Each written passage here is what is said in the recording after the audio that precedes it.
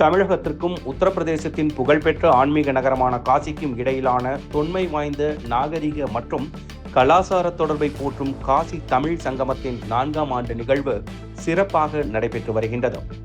இதனை ஒட்டி சென்னை, கோவை, கன்னியாகுமரி ஆகிய பகுதிகளில் இருந்து காசிக்கு ரயில்கள் இயக்கப்பட்டு வருகின்றது.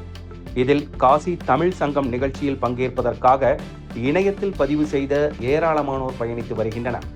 இந்த வகையில் கோயம்புத்தூர் ரயில் நிலையத்திலிருந்து காசிக்கு 2வது ரயில் இன்று மாலை 6 மணி அளவில் புறப்பட்டது. இதில் கோவை, திருப்பூர், ஈரோடு, விருதுநகர், ராமநாதபுரம் உள்ளிட்ட பல்வேறு மாவட்டங்களைச் சேர்ந்த 83 பேர் காசிக்கு பயணத்தை துவங்கியுள்ளனர்.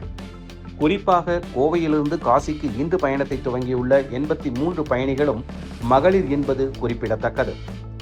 ஆன்மீகவாதிகள், எழுத்தாளர்கள், கல்வியாளர்கள், தொழில் முனைவோர் என பல தரப்பைச் சேர்ந்த மகளிர் இதில் பயணம் செய்கின்றனர். இந்த ரயில் டிசம்பர் 11ஆம் தேதி இரவு 9:30 மணி அளவில் பனாரஸ் நகரை சென்றடைய உள்ளது. காசி தமிழ்ச் சங்கம் நிகழ்ச்சியில் பங்கேற்க புறப்பட்டுள்ள பயணிகள் இந்த நிகழ்ச்சிக்காக பிரதமருக்கும் மத்திய அரசுக்கும் நன்றிகளை தெரிவித்துக் கொண்டதோடு பாரம்பரியம் மிக்க கலாசார மற்றும் ஆன்மீக தொடர்பை வலுப்படுத்தும் நிகழ்ச்சியாக காசி தமிழ் சங்கமம் நிகழ்ச்சி திகழ்ந்து வருவதாக குறிப்பிட்டுள்ளனர்.